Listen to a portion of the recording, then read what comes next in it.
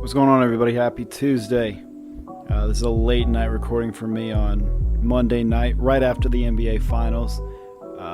My voice is shot from baseball over the weekend. Let's just go ahead and get into everything. This is your Sports Digest. I'm your host, Alex McNinch. Currently, the Southern Miss and Tennessee game is still going on. It's 4-0 at the moment. If I blank out at some point or this cuts randomly when listening to it, just know something probably happened and I stopped talking. But we're going to go ahead and try to talk about the NBA Finals. I was banking on this game being the final one. That's why I moved this to coming out on Tuesday. Was really banking on Denver to end up winning this, but I'm glad that they ended up doing so. This was Game 5 that happened on Monday night. Denver wins Game 5 and are the new 2023 NBA Finals champions, winning 94-89. Nikola Jokic named the Bill Russell Finals MVP. Man, this game was a rough one to watch. I'll tell you what, it was. I saw so many people say online, and I couldn't agree more. It's like if you pulled up to a park at like 10:30 p.m. on a Friday or 9 a.m. on a Sunday, and this is what you're getting. Like, you're just getting constant bricks from everywhere. I mean, Denver at one point, I think they were shooting 1 for 18 from 3. They ended up 5 for 28. Miami shot 9 for 35 from 3. That's not good basketball in the NBA Finals. It was a rough game to watch offensively. Defensively, it was tough defense. They were kind of letting them play until, they got to a point in the game where the officials kind of took over and started calling things. And some questionable calls, obviously. You can point exactly at some, say the Jimmy Butler kick out on the three-point shot late in the game where he kicked his leg out. They challenged it, went to review, and I don't know how you don't overturn that. If you don't know what I'm talking about, you could look it up. I'm sure you could find it pretty easily.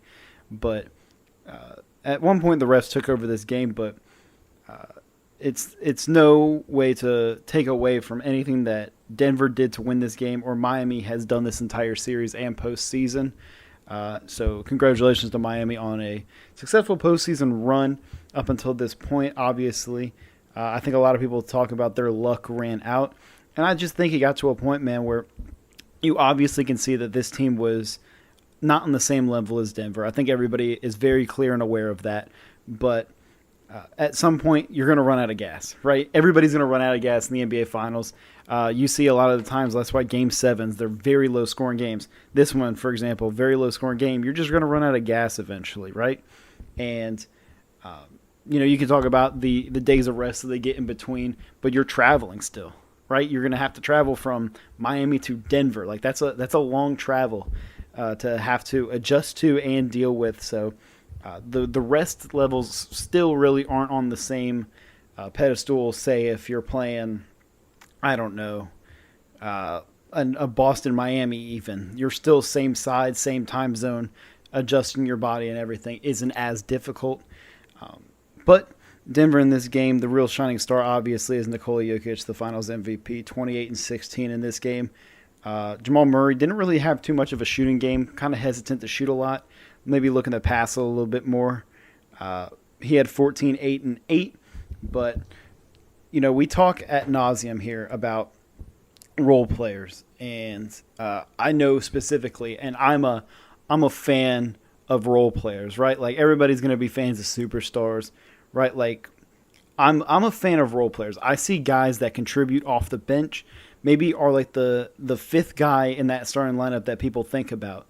Like those are my guys that I like hold on to. Like I'm a big Contavious Caldwell-Pope fan, right? So to see him kind of make some plays towards the end, trust me, throughout the game there was a lot of dumb head moves and shots that he took. Him and Michael Porter Jr. love to do this thing in transition where they have a 2-on-4 fast break. Numbers not in their advantage, so let's pull it from 3. Or they have a 2-on-1 fast break, so let me pull it from 3.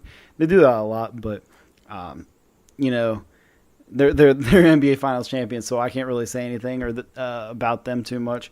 Michael Porter Jr. in this game, 16 points, 13 rebounds, has been an absolute disaster this series until this game where he finally showed his ability to score, his willingness to attack, his forcefulness on the defensive end had allowed him to stay in this game a lot longer.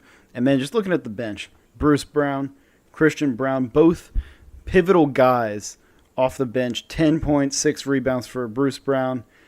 Some key rebounds and putbacks towards the end of that game. Christian Brown coming in the past few games. We've talked about it a lot with him being a spark plug off the bench. Man, it's just you need these guys on your team to be NBA champions.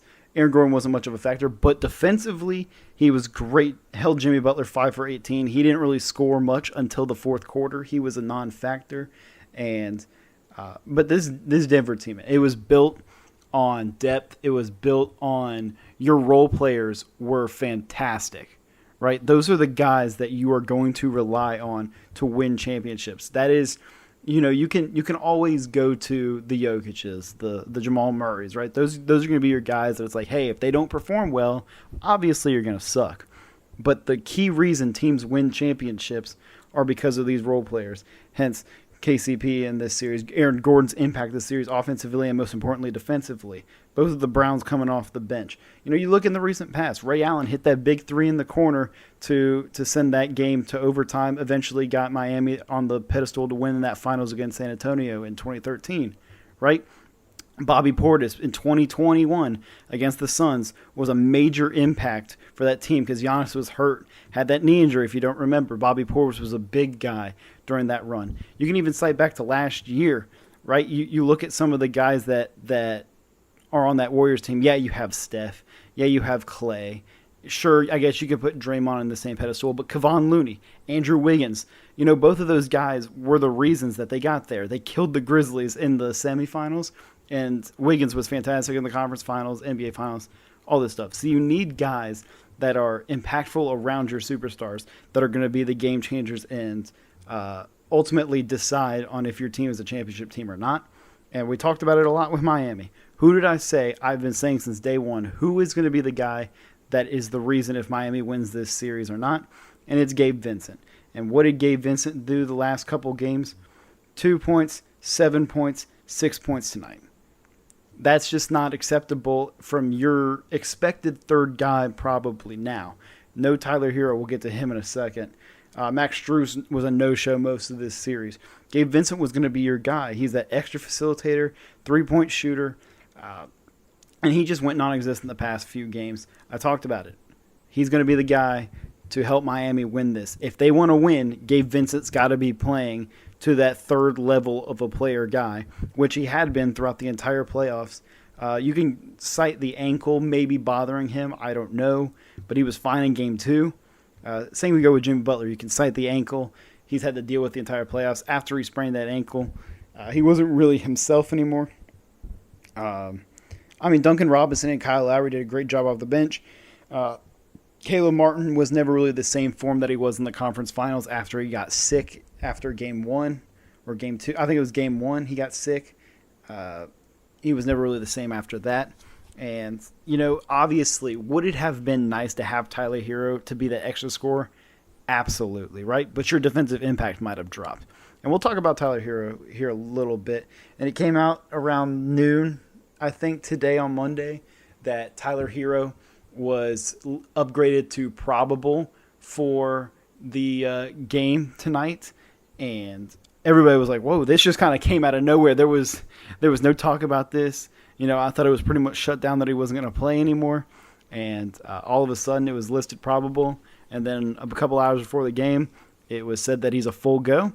And that we'll kind of, it's supposed to say, we'll kind of see where, he rolls within the rotation and the lineup. And we might have to use him, but don't be surprised if we don't. And completely understandable. You don't want to mess up a rotation. If a team's rolling, you don't want to put him in. You don't want to force him in there. He hadn't played basketball since game 1 of the first round, which happened in, mid-April. So you don't want to force a guy to have to play if he's not 100% one or he doesn't have the same game shape because he, again, hadn't played since April. So he's basically he doesn't have any conditioning under him, game conditioning-wise. And you can obviously tell that he was a little bit upset. I don't think anybody else caught this. I haven't seen it yet, but I'm recording at 11 o'clock at night. I haven't seen it on anywhere yet. But right after the game ended, Tyler Hero did not congratulate, shake hands at all with any of the Denver Nuggets guys. Didn't say anything to his teammates, didn't wait for his teammates. He sprinted and walked right back to the locker room. No hesitation. As soon as Kentavious Caldwell-Pope hit the half-court line and they stopped fouling, he just went right to the locker room. So that's something to keep a note on and keep an eye on if Tyler Hero is pissed off about not being able to get a chance to play in this game. As a competitor, I understand his mindset. It's like, hey, I'm good to go. Put me in. I've been contributing for you guys all year and important for you guys all year. I'm ready to go. Put me in. But at the same time, I look at it as a coaching standpoint. As a coach myself, I look at it as you can't make a change to something knowing that the outcome and impact could be detrimental more than it could be beneficial. And with Hero not playing in about a month and a half, do you really want to take that risk with his conditioning and his ability to play in a high-level situation? I don't know. But I completely understand from Hero's side with his frustrations on not getting in. Keep an eye out for that. He might be upset, might want to get traded, and Miami's going to want to probably go make a big move to acquire somebody and bring him in as the third star of this team. And Tyler Hero will definitely be in that trade package, but we'll get more to that because now that the NBA Finals are over, once again, congratulations to the Denver Nuggets. Congratulations to everyone on the Denver Nuggets. I know Grizzlies legends Ish Smith and Jeff Green both won an NBA title. You can go a couple more guys. Reggie Jackson, a long-time staple in the league, won a title. DeAndre Jordan, long-time staple in the league, won a title. Guys like that. It's good to see some of these older guys who have been around and have been good contributors throughout their career finally win one. That's always the cool part. And congratulations to a Florida great, Udonis Haslem, on a wonderful career. Obviously, he gets made fun of for a lot of things these days, but his impact on and off the court throughout his entire career has kept him going so long. He'll easily transition to a coaching or a front office role with Miami, no doubt in my mind. Congratulations to him on a fantastic career. Gator legend once again. But yeah, that's it for the NBA season. That's it for the 2022-2023 NBA season. It's kind of crazy that, it's finally over. There's a lot of ups and downs for many teams, especially mine in particular. But look, I'm kind of glad that it's over because now we're getting to the fun part of the off season, or fun part of the NBA cycle, which is the off season, trades, drafting, free agency, all this stuff. The wheels are turning already. Things have already been happening before the NBA Finals even ended. And one of those big things is Ja Morant potentially being suspended for half the season. A lot of people talking about. Then a lot of people saying it's going to be 17, 20. You don't know. Adam Silver said that they're going to wait until the NBA Finals are over to announce the suspension. Well, the NBA Finals are over. So us as Grizzly fans are waiting for this. I'm sure the front office and everybody knows they've been prepared by now. But as a fan, I'm eager to know. I already have this mindset he's going to be out for half the season. So anything less than that, I'm going to be happy. So it'll be interesting to see what he gets. I don't expect it's going to be that severe to what people are making it out to be right now. But within the NBA, the wheels are turning, like I said already. One of the big things that came out last night, kind of going into today, I think it was a very obvious one. Fred VanVleet, the now former point guard of the Toronto Raptors, declined his $22.8 million player option for this next season, making him a free agent. Definitely going to get some attention on the free agent market from a lot of contenders. But it was very apparent that VanVleet was not going to stay with Toronto, especially with them probably going in a new direction with a new coach that we'll get into here in a second. But it's obvious potential suitors you could probably look after. If I'm looking at where Fred VanVleet would fit in a lot, former coach Nick Nurse in Philly. If James Harden is gone, I think that's a solid guy you can bring in there on a smaller deal, not $22 million size, but maybe in the late teens. I think that's a pretty good size for him. Phoenix, Chris Paul replacement. Obviously, a lot of people talk about the Lakers being the D'Lo replacement. I think those are three real spots you could potentially see him. And then one more I could potentially see is I guess I wouldn't just call it an underdog, but like I don't know. I guess an underdog spot for him to go, underrated spot for him to go, is Minnesota. I don't know if they're going to want to attach themselves to Mike Conley's contract anymore. I think he's got a player option or a team option this year or next year. I can't remember. If it's a team option, I'm sure the decline is $20 million, I believe.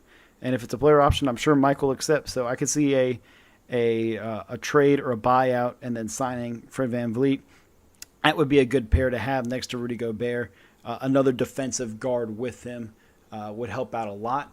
So those are some teams that I could see Freddie going to. Obviously, former NBA champion. Pivotal part. There's another guy, just mentioned it earlier, about role players or guys stepping up and being important players on championship teams.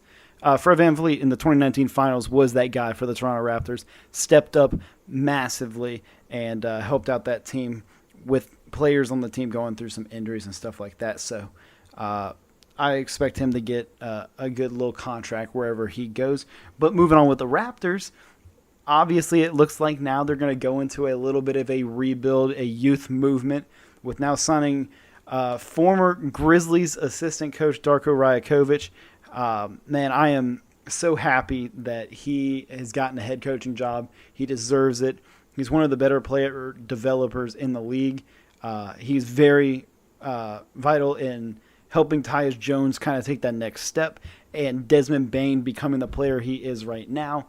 So a lot of the players give credit to Darko about how fantastic he is and his decision-making, his personal training and stuff like that. So I'm super excited for him to get that next step. And I think this is like one of the first times, if not the first time, that a Grizzlies assistant is becoming a head coach somewhere else. I know for sure under Taylor Jenkins' tree it is. So besides Neil Ivey, who is the head coach at Notre Dame women's basketball, but I don't really count her because she's already a coach in women's before that. But for Darko, this is awesome for him. He's going to get to start with a young team. They got I believe the 12th overall pick in the draft this year, where they're expected to take a guard. You can check out my mock draft on my website, 1.0, to see who I have the Raptors taking right now. But I expect to see a lot of things come out with the Raptors of Siakam getting traded, OG getting traded, Gary Trent maybe getting traded. All these guys that have kind of been there for a little while, maybe on the move, and kind of restarting with Scotty Barnes and Precious Achiuwa and whoever they draft and all these other guys.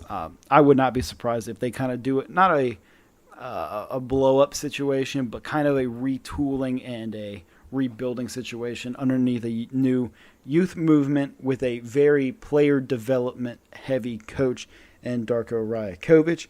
So super happy for him that he was able to get that job. And then there was a trade with a team that was in the NBA Finals. This happened, I believe, on Friday maybe. I think it was Friday afternoon. It was the most confusing thing I've ever read because I knew you can make trades that didn't involve players while the season was going on, but I didn't think a team that was currently still playing was allowed to make a trade. But Denver obviously are just defying all the odds this offseason and this past month. But there was a trade. Our first trade of the quote-unquote NBA offseason happened with the Oklahoma City Thunder and the Denver Nuggets. Brace yourself, ladies and gentlemen. This is a confusing one. I'll kind of try to pick this out as much as I can. There was a trade between the Thunder and the Nuggets in exchange for the least favorable of OKC's 2024 first-round picks. They have the Los Angeles Clippers first-round pick and then their own. I think that's the pick swap that they got from LA for Paul George, I believe that's what it's for.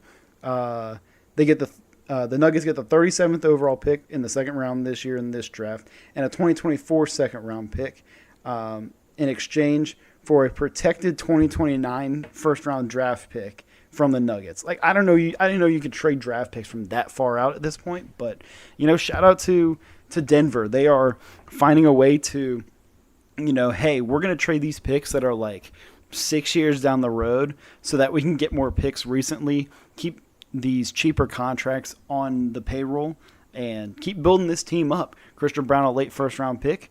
Now they're getting another late first-round pick next year. They get an early second-rounder, or I guess a mid-early second-rounder this year that you can add on. They're really doing a smart move with the timeline that they're in right now. They're going to have to make some moves. They got Bruce Brown as a free agent coming up this year. He's got a player option for $12 million. I guarantee you can put a lot of money down that he's going to get a lot of money, and he's going to opt out of that player option and probably re-sign there for a little bit bigger amount. Other guys wanting to get paid as well. I know you got some role players that their contracts aren't guaranteed, so it'll be interesting to see what they kind of do, but that was the first trade of the offseason, I guess. So that was pretty cool to see that kind of stuff go down. And then one of the big things that came out today, and we'll talk about this right now because it transitions into my NBA draft talk a little bit.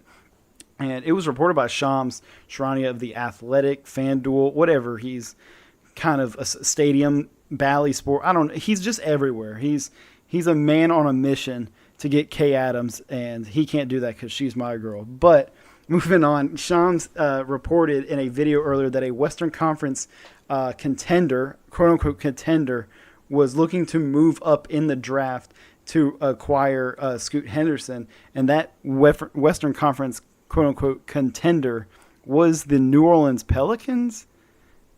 Okay, that's cool, I guess.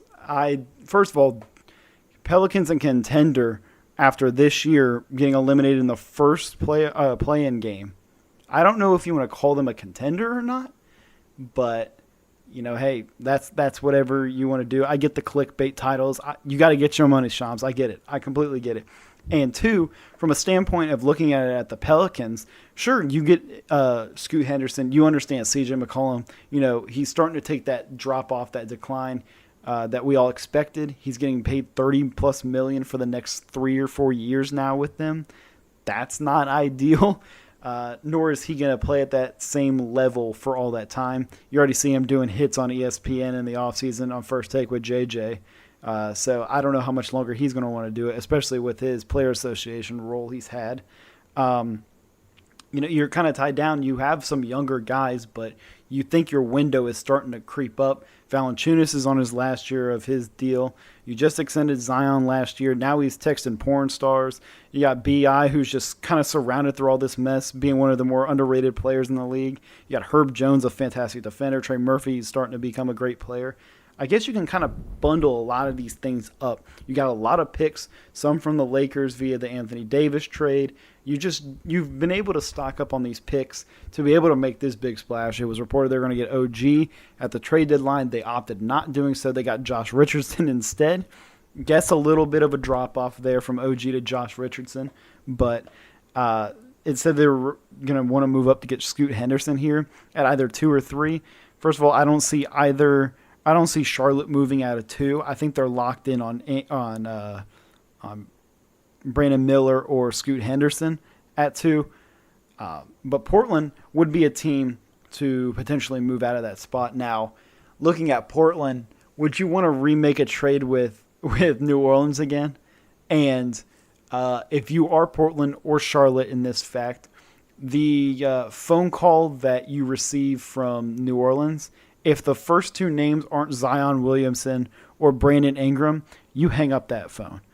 There's not a package that New Orleans can give you. Sure, they can give you, Dyson Daniels, Trey Murphy, Herb Jones, and a couple picks, or Alvarado, Kira Lewis, whatever, whoever you want to, I guess these names you could throw in there, and then picks.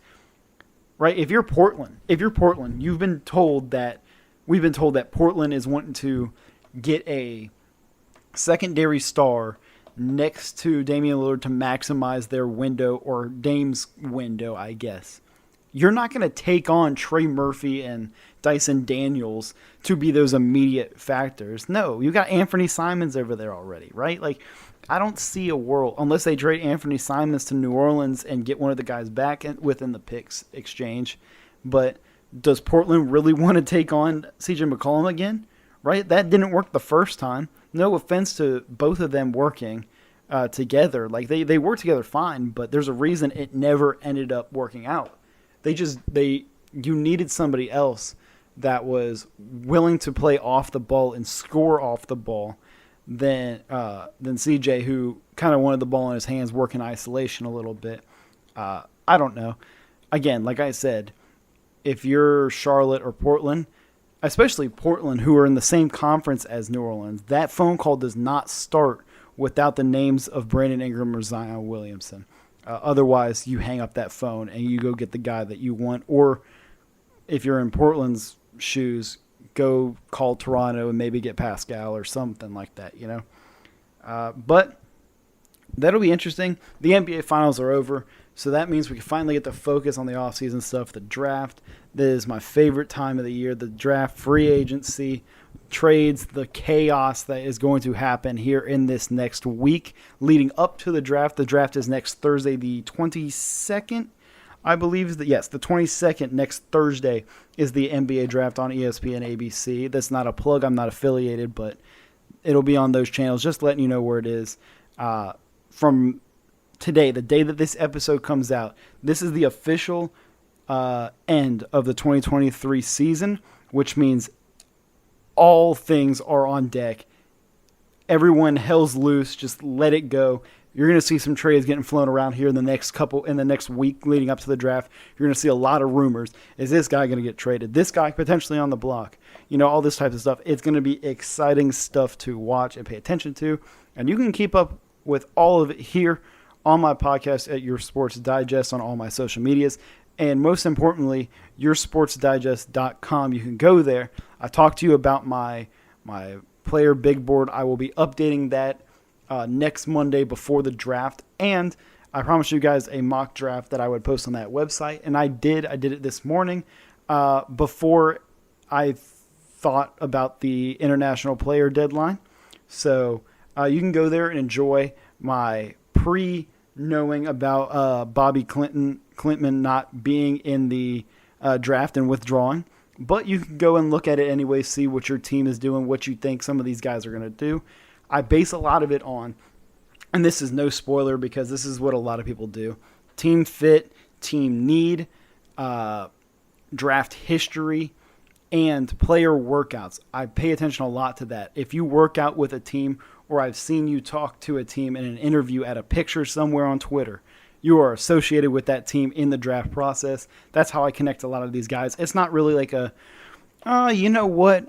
I think Colin Castleton can go to the Grizzlies. No, he worked out for the Grizzlies. That's why connection. That's a little spoiler, but I think it's a connection, you know? So you can go check that out at yoursportsdigest.com or www.yoursportsdigest.com. I'll be doing a mock draft 2.0 this weekend before the draft, and then a 3.0 Wednesday before the draft on Thursday, or it'll come out Thursday morning or whatever, before the official draft, after all the rumors and stuff have kind of gotten out there, trades have gotten out there, and my final mock draft will include mock trades if there haven't been any yet. But one of the big things to talk about the NBA draft is Bobby Klintman, a forward out of Wake Forest who randomly just sprouted up in the draft process world of being a first-round pick, has opted out of the draft and signed with a team in the NBL, the New Zealand team or whatever it is over there.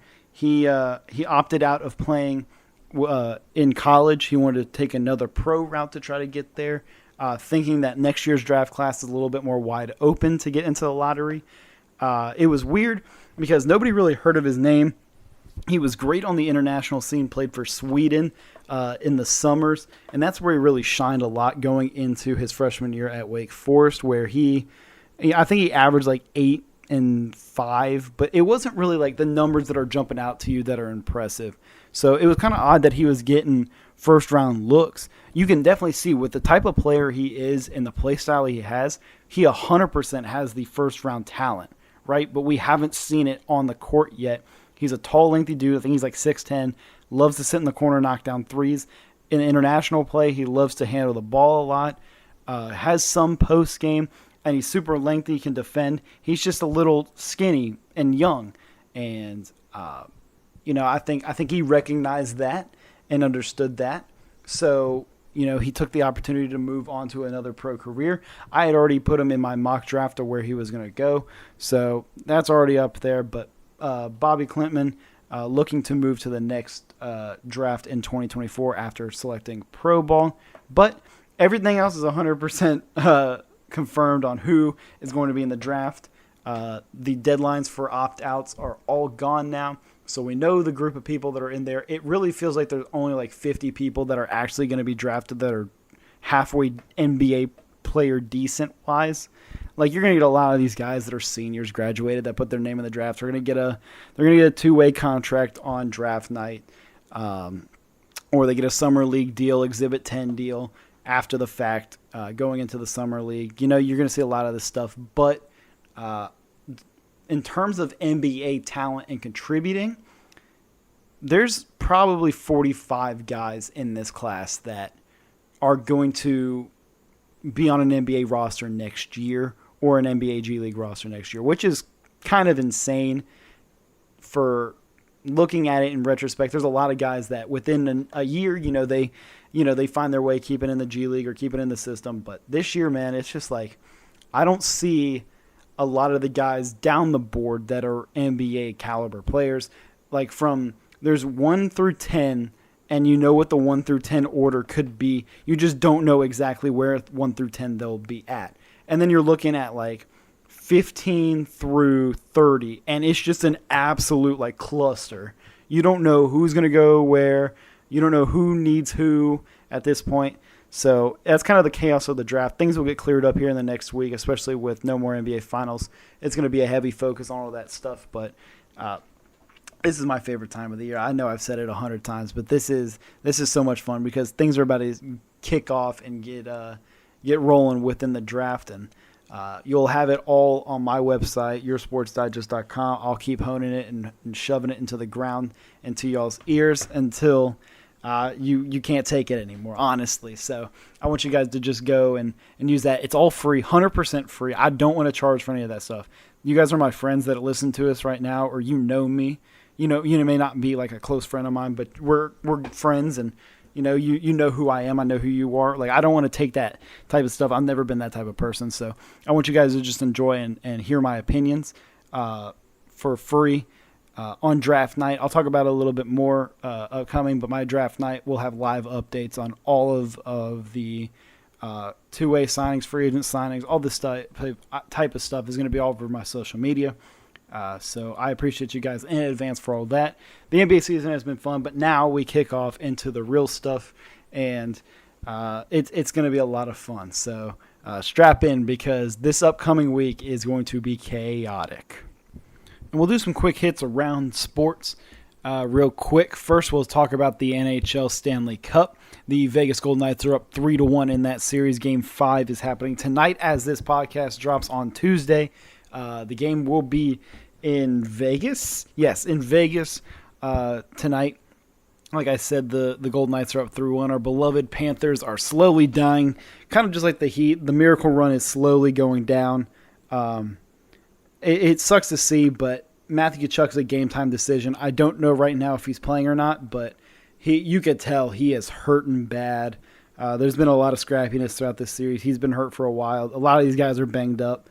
So that's kind of the case in the Stanley Cup. You'll see after the finals is over, you'll be like, Matthew Tkachuk gets open heart surgery, or Sam Reinhart gets ACL, PCL, MCL surgery. Like, it's just the most ridiculous stuff. I've played with a broken leg the entire Stanley Cup. These guys are insane. So that's why I want you guys to show some love tomorrow and watch that, or tonight, I guess, and watch that game, because they're literally putting their bodies on the line. There are broken bones in people's bodies right now, but they're playing tomorrow night. So Vegas and Florida, Game 5. There's a chance Vegas ends up closing this one out. It might turn into a Denver situation. I know I've said that Florida's going to win it. I think they're going to ride the emotions, but man, Vegas's offense is just too overpowering. So that could be coming to a close here on Tuesday. Looking at the NFL, I know we kind of missed some stuff. Isaiah Rodgers of my new favorite team, the Indianapolis Colts, got busted for gambling. Don't know if it's for his team or against his team. Probably for his team. if I were to guess with his statement that he released. That happened that happened like a week ago or whatever. But I forgot to talk about it because of baseball and everything. That sucks. He's one of the better corners on that team. An important part and important to the chemistry of the team. So that kind of sucks. Looking at some other stuff in the NFL, the Chase Young rumors are kind of heating up. The Bears and the Lions are reported to be two teams that would be interested in him. DeAndre Hopkins takes visits to New England and Tennessee. Where will he sign? Will he sign to either one of those two teams? Who knows? We'll find out pretty soon. Saquon Barkley is going to consider holding out to make sure he gets a deal done out of training camp. The Jags could potentially be temporarily leaving their stadium for renovations in the new stadium being built there at, I forgot what the name of the stadium is, but in Jacksonville, they're downtown. There's a chance that they have to relocate. University of Florida being one of the options. I think the Daytona 500 had a bid on potentially wanting to get them to go. Dalvin Cook got released officially. The Dolphins are set to be probably the main team to look out for when it comes to where he would sign next. And I think that's it kind of with the NFL. There's not really much else kind of going on. And J.J. Watt is going to be inducted into the Texans Ring of Honor, so congrats to him. He's a legend. I love J.J. Watt so much. He's such a good dude, such a good ball player, and he's the man. Looking at the MLB, let's not look at the Red Sox overall record. Let's look at them beating the Yankees this weekend 2-1 in the series. Kike Hernandez being an absolute monster. Kenley Jansen playing great. Rafael Devers doing some great stuff. Jacob deGrom, we missed it last week, is going to be out for the next year with Tommy John surgery. That sucks. He potentially could be one of the most dominant pitchers of all time that we've ever seen play if it weren't for injuries. He was unbelievable in 2021, 2020, 2019, all this stretch. Crazy good talent, but unfortunately, just can't stay healthy. Really can't, and it sucks to see. But in baseball, something that is exciting is Elly De La Cruz, the top prospect for the Reds organization that they got in the Luis Castillo trade last year with the Seattle Mariners. He is a massive, tall, lengthy shortstop that is fast as hell, has so much raw power, and has a glove. So who doesn't want to watch it? You guys have probably already seen a lot of highlights about him. He is awesome. If you don't care about baseball at all, but you want to watch some stuff, that's what you want to watch. You want to watch him because he is exciting. There's nothing really else out in the MLB that we really need to talk about right now. There were a couple no-hitter potential bids. Didn't happen. But that's kind of it for the MLB. We'll talk about college baseball because on my screen above, the damn Eagles are not doing the damn thing at the moment, and it's a 5-0 lead for Tennessee in the top of the ninth with a runner on first. I think Reese Ewing just walked. We'll talk about that quickly. I went to game one that turned into day two, game one, with the rain because we couldn't restart the game because there was lightning 15 miles away, which makes no sense. So we had to wait overnight because they waited too long to restart the game on Friday until the actual storms got there. So I went back on Saturday morning, went to game one.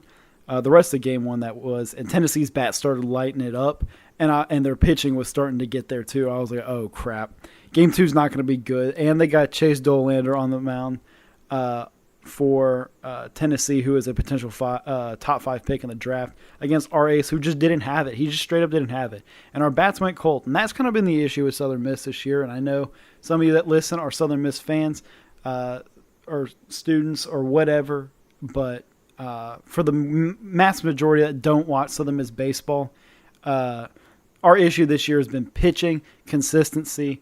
We have one or two guys that are starters and then 2 relievers that have been consistent throughout the entire year. Everybody else has been just up and down. You don't really know what you're going to get out of them. Hitting-wise, same thing. You get a couple guys that have been super consistent all year. The rest of the guys have been inconsistent. The fact that we made it this far, I am so excited and so happy for the future of this team going on to next year. Some guys are going to leave for the draft, but I am super happy. Scott Berry obviously finishing off his career here at coaching. Moving on to Chris Ostrander, the pitching coach, is going to be the head coach next year. So I'm super excited for that. But, hats off to Tennessee. They just turned it on yesterday after the restart of game one, I guess. But I'm not excited for certain Tennessee fans that sat around me because I sat in the Tennessee fans section. And, man, my opinion on Tennessee fans have not changed throughout the weekend. Let me just tell you that. This game this series was the battle of who loses to LSU in the next round because LSU wins their regional against Kentucky and move on to the College World Series. Kentucky is unbelievable, LSU is unbelievable. Dylan Cruz, potential probable number one overall pick. Paul Skeens, who doesn't look like he throws it 100, but he's throwing it 100, is an ace for them. It just seems like they always have that pitcher stud fielder combo. Last year it was Jacob Berry was the stud fielder. Paul Skeens was the pitcher last year still. It just seems like they always have these types of people to kind of field their team and eventually lead them to where they normally are. And it's super successful. And it's a super successful program, rather. So hats off to them. Looking over some of the other teams, Stanford tonight, they won their game again. They won their series against Texas during their super regional, and that game ended in the most distraught way ever. If you're a Texas fan, disheartening, whatever you want to call it. It's so sad to see that end. If you haven't seen it, you probably have by now, but if you don't, look it up. It was Stanford. It was 6-6, bottom of the ninth. Runners on first and second. A guy pops it up into the orbit. They lose it into the lights. Don't know where the ball is. Drops down. Runner scores. Stanford wins and moves on to the College World Series. Such a horrible way to lose for Texas. You lose by a guy throwing 150 pitches. I'm not exaggerating. In game two for Stanford and winning that game, he literally threw, I think, 153 or 156 pitches, which that's a whole issue in itself. But shout out to the guy for actually wanting to complete the game. So you lose by that on game two, and then you have this happen where you lose in the lights in game three. That's just a tough way to go out if you're Texas. But some of the other teams that are moving on, TCU advances in their super regional against Indiana State. They got to host the super regional because Indiana State, if you did not see, were not able to house or provide housing for everybody, players, fans, for their super regional due to the hosting of the Special Olympics, I believe it is, in Terre Haute that weekend. So TCU got to host down there in Texas. They ended up sweeping that and winning there. TCU is catching heat at the right time. I'm super excited to see if that team can keep their momentum going. They're another team that is catching fire here late, and they'll be taking on another team who has caught fire here late as well, in Oral Roberts. And I told you guys a couple weeks ago when I was discussing all the college baseball stuff, Oral Roberts, this baseball team for Oral Roberts is better than all these other Oral Roberts basketball teams that they have, and they've proven it. They beat Oregon in 3 games at Oregon. Oregon hosted the Super Regional. Oral Roberts blew an 8-0 lead in Game 1 and then ended up responding and winning the next 2. They play TCU on Friday in the first game of the College World Series. Moving on to the last 2 teams that are the last 3 teams that will be playing. Wake Forest, they'll be playing Stanford. Wake Forest beat Alabama. They won like 22-5 or something like that in Game 3. Wake Forest is so dominant. So dominant. Man, that is a fun team to watch. They love playing baseball. Their pitching is fantastic. So that's going to be a fun team to watch. There's not much more else to say. They're the number 1 overall seed for a reason. Just watch them on Saturday when they play Stanford. And then on Friday, the two other teams that will be playing, Virginia, they beat Duke in their Super Regional. They lost the first game They had a chance to walk it off in game one, and it was caught literally at the farthest part of the ballpark. So that is unfortunate for Virginia in that game one, but they bounced back in game two and game three, moving on to the College World Series. As I'm saying that, I just saw Tennessee record the final out. Congratulations to them once again. But then, look, if you know me, I go to Southern Miss, but I've grown up a fan of Florida. And Florida has advanced to the College World Series. They're the team you got to focus on and watch, as Tennessee players are saying crap to the Southern Miss. I'm sorry. The Tennessee players have acted very negligently to the Southern Miss fans. I saw a player yelling at an old dude because he was clapping in his face, kind of, on the other side of the dugout. It was very odd behavior. So to kind of see what some of their players are doing to our fans right now is kind of telling them to come on. It's weak behavior that I just saw right there. But I guess congratulations to Tennessee. There's some good players on that team that I enjoy, so good for them. But it's about Florida right now. The Florida Gators absolutely mopping the floor with the South Carolina Gamecocks, that is. 2-0, move on out. Former Southern Miss second baseman Will McGinnis on that South Carolina team. Florida sweeps through with the help of former Southern Miss pitcher Hurston Waltrip. Struck out 12 in the game two deciding factor. There he was. He would have been great for this Southern Miss team as Scott Berry gives his final salute to the fans and the crowd and his players. It's such a cool moment to see here. What a legend. I know I keep pivoting back to Southern Miss, but this game's ending. I tried to record before it was over, and he's walking out to the outfield. Man, it's a emotional thing to see here. But Florida moving on to play Virginia in the College World Series. Obviously going to be rooting for Florida here in this one. That means that the Tennessee Volunteers will be playing LSU. We have our College World Series set. Congratulations to Oklahoma softball on winning their national championship in softball, beating Florida State. Whenever you see Florida State lose, it's a great time. So shout out to them for winning that one. There you go. Tennessee fans are giving a hats off to Scott Berry. That is the conduct and behavior I like to see from those players after some of the things they've done this weekend to our fans. I appreciate that from them right there. I'm going to go ahead and end this one off if we end with an emotional ending on my screen right now. I appreciate you guys for listening to this random Tuesday episode. We'll be back to a normal schedule once again from here on out, Monday, Fridays. I don't have much more else to say. Tune in. The NBA is going to be a lot of fun. We'll be talking about it on Friday, Monday, next Friday, right after the draft. Whatever we're going to do. Stay tuned for my mock draft. Stay tuned for my player updates. Stay tuned to all my social media. I'll always be getting in contact. I appreciate you guys' feedback as always. I'm Alex McNinch, and today you just got your Sports Digest. I'll see you on Friday.